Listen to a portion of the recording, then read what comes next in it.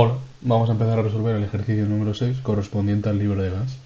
Este nos dice, calcular la instalación común y la individual más desfavorable en un edificio alimentado con gas natural, con 6 viviendas iguales y los siguientes aparatos.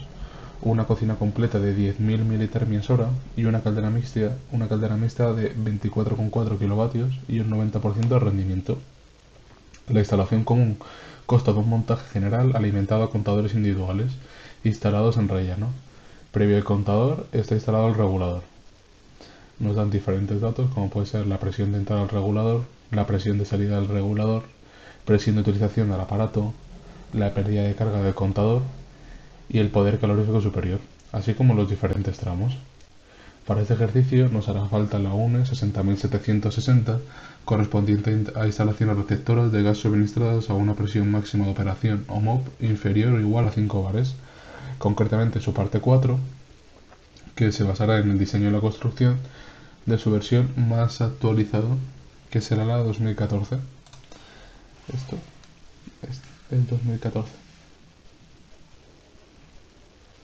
Vale, pues este sería el enunciado y ese sería nuestro sistema, que como veis por aquí entraría el gas y como nos han dicho que hay 6 viviendas, por aquí entraría el gas, llegaría al primer punto y se dividiría a 2 viviendas, para la izquierda y para la derecha.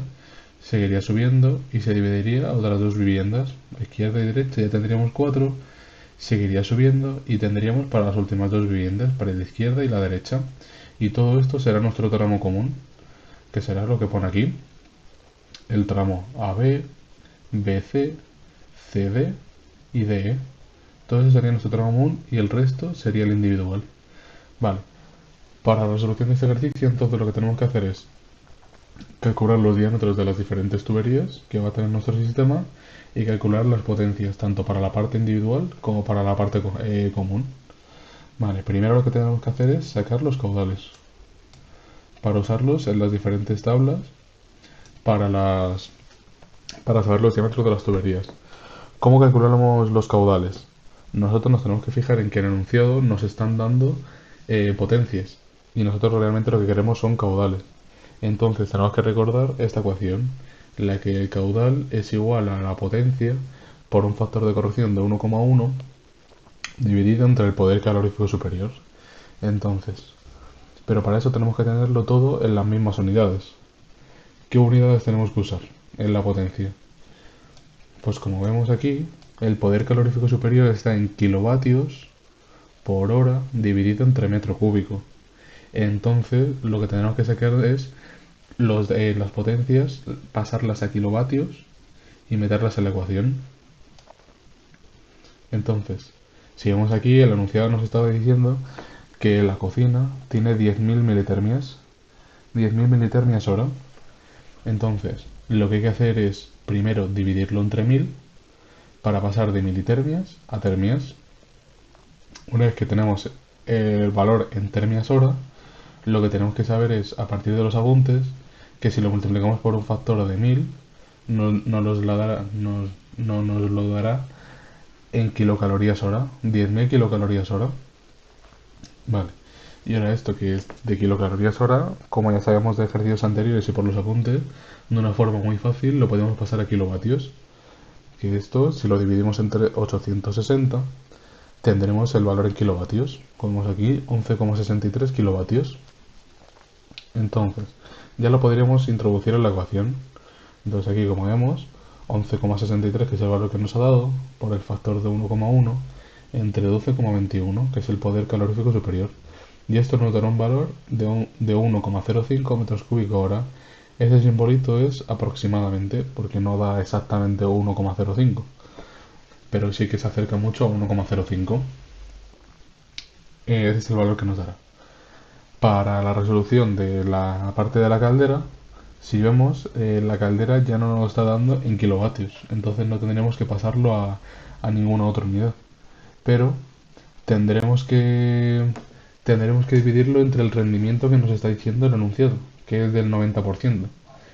Entonces, ese 90% lo dividiríamos entre 100, o lo que es lo mismo, si es el 90%, desplazamos la coma y tendríamos 0,9 sin tener que utilizar la calculadora.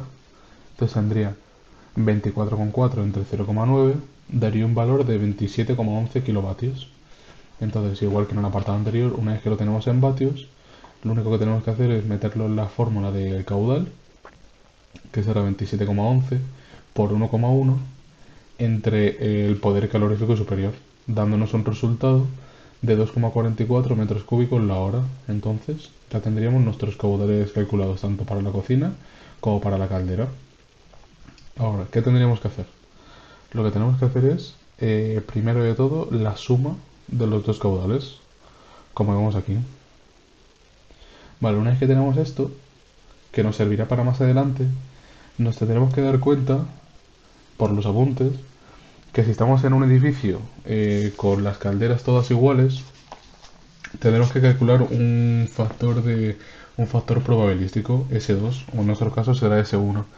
¿Qué significa este valor S2? Pues este valor S2 o S1 es el valor que se estima la probabilidad de mayor uso de la tubería en función del número de viviendas.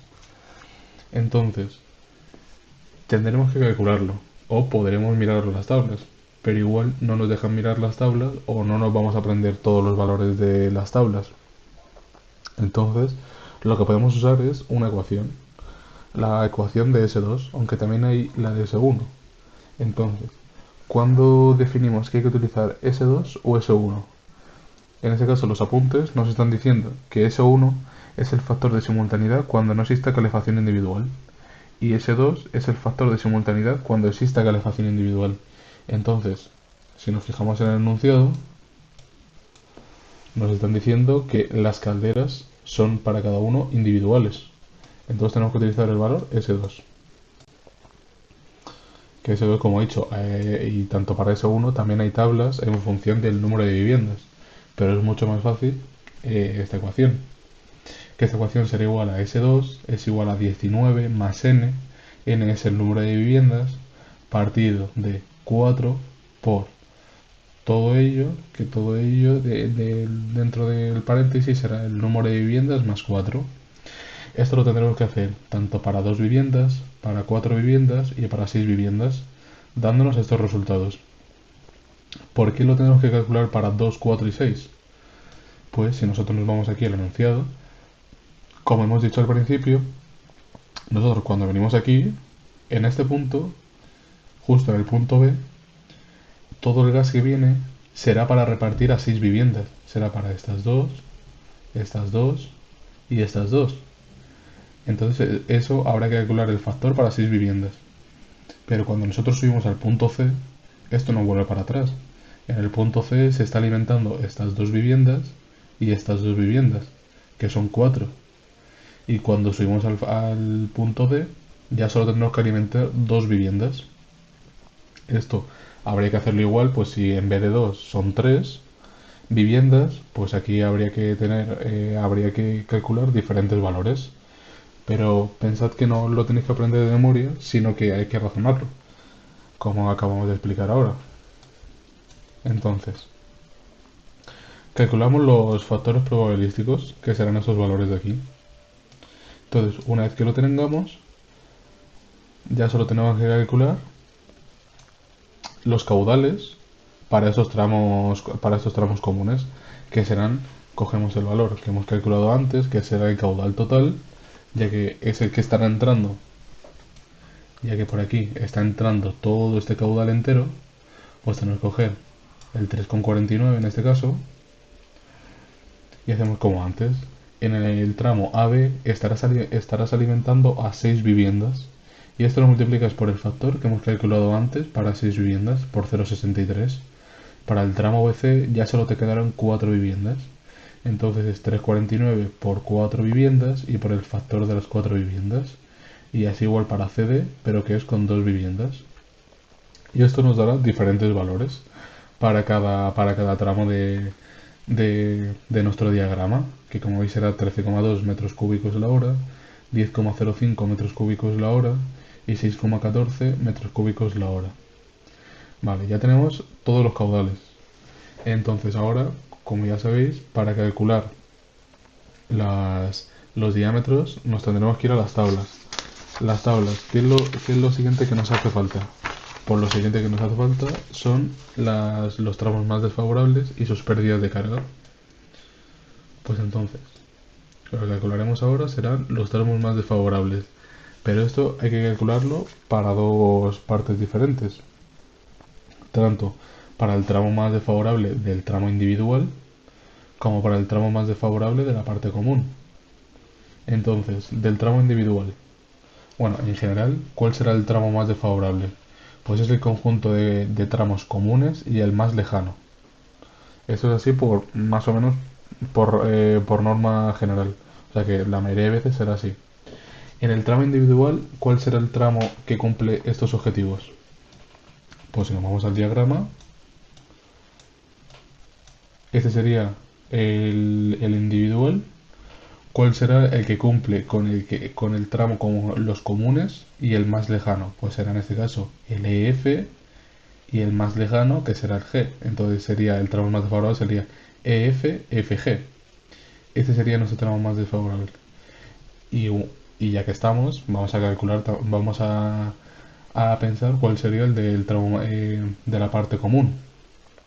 Que este es muy sencillito porque los comunes y el más lejano sería toda esta línea. Porque aquí, como veis, no sé, los ramales no habría que incluirlos. Entonces sería el tramo AB, BC, CD y DE.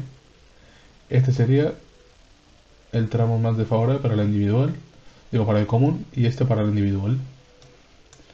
Vale, entonces nos vamos al cálculo de los tramos más desfavorables. Entonces aquí, como ya vemos, para el tramo individual ya lo hemos calculado.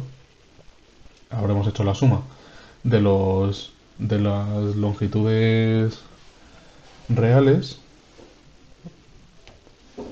que serán 5,5 metros, pero esto, como ya sabemos, hay que multiplicarlo por un factor de 1,2, ya que nuestro sistema puede tener válvulas, codos, bifurcaciones, y si nos podemos calcular todos ellos individualmente, puede ser muy engorroso. Entonces lo que hace es multiplicarse por un factor de 1,2, lo que nos dará una longitud equivalente de 6,6 metros. Vale, la pérdida de carga. La pérdida de carga para el tramo individual solo habrá que hacer la diferencia de las pérdidas de carga totales para el tramo individual, no para el común. Entonces, como vemos, la pérdida de carga será 250 en milímetros columna de agua menos 200 menos 5, lo que nos dará un valor de 45 milímetros columna de agua. Vale. Entonces, nosotros sabiendo este dato, si lo pasamos a milibares, vemos que tenemos que coger el valor de 250 milímetros columna de agua. Si lo pasamos a milibares, tenemos que ver, o a bares, el que queráis, tendremos que ver cuál es la tabla que más se convendría para este tramo individual.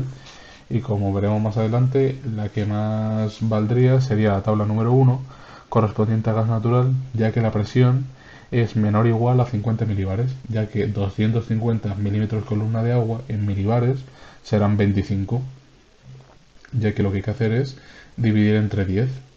Entonces, la única que cumple con estos requisitos será la tabla número 1.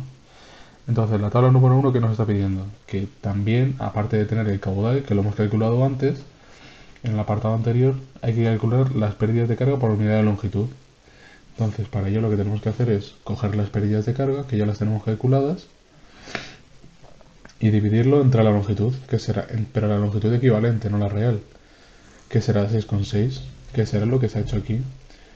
La pérdida de carga por unidad de longitud será 45 entre 6,6, dando un valor de 6,81, que esto lo utilizaremos a continuación en la tabla que hemos dicho. Vale, para el tramo común, que será el que hemos dicho antes, el AB, BC, CD y DE. ¿Cuál tabla tendríamos que usar para este caso? Pues para este caso, como nos está diciendo el enunciado, vamos a subir para arriba.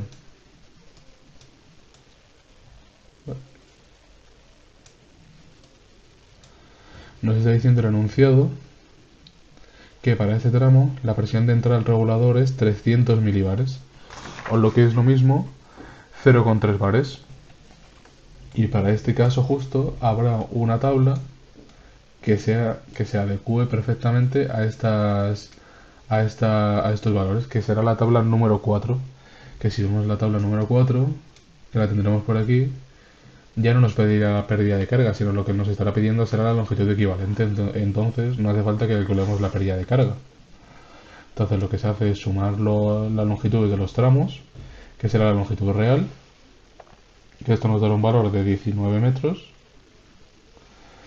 Y como antes, calcularemos la longitud equivalente, que habrá que multiplicarlo por un factor de 1,2, dándonos un resultado de 22,8 metros.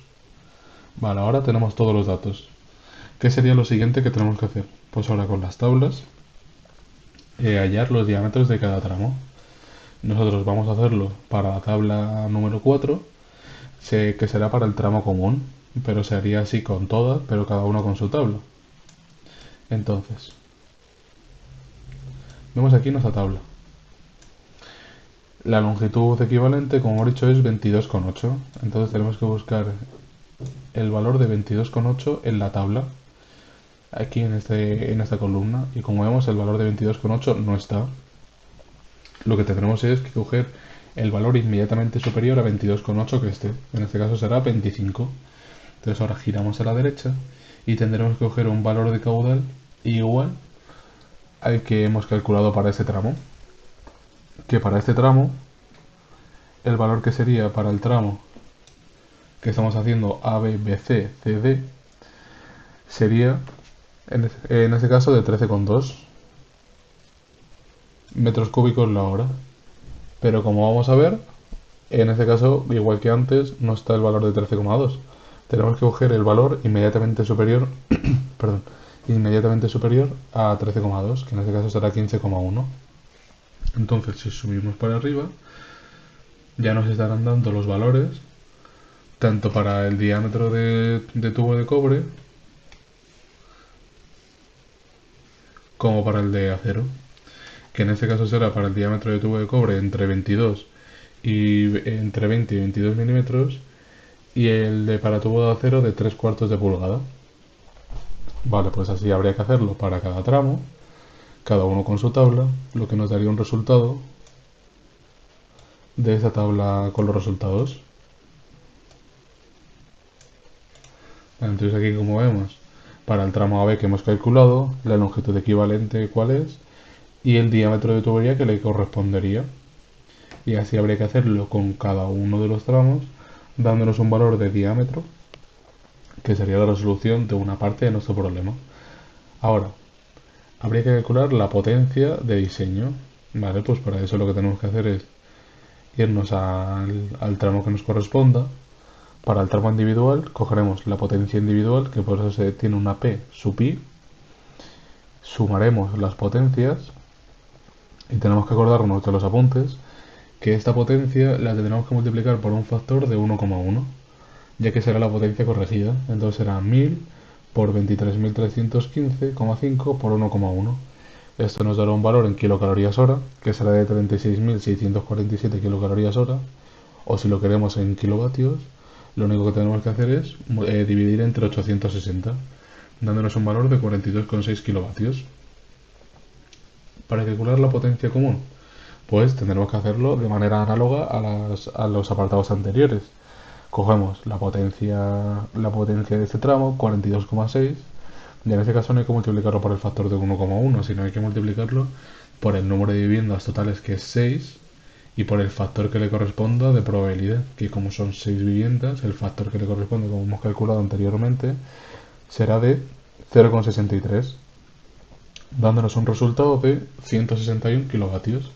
Pero si lo queremos en kilocalorías, como antes, lo único que tenemos que hacer es multiplicarlo por 860, dándonos un resultado de 138.484 kilocalorías hora. Así que bueno, este sería nuestro ejercicio. Espero que lo hayáis entendido y mucho ánimo.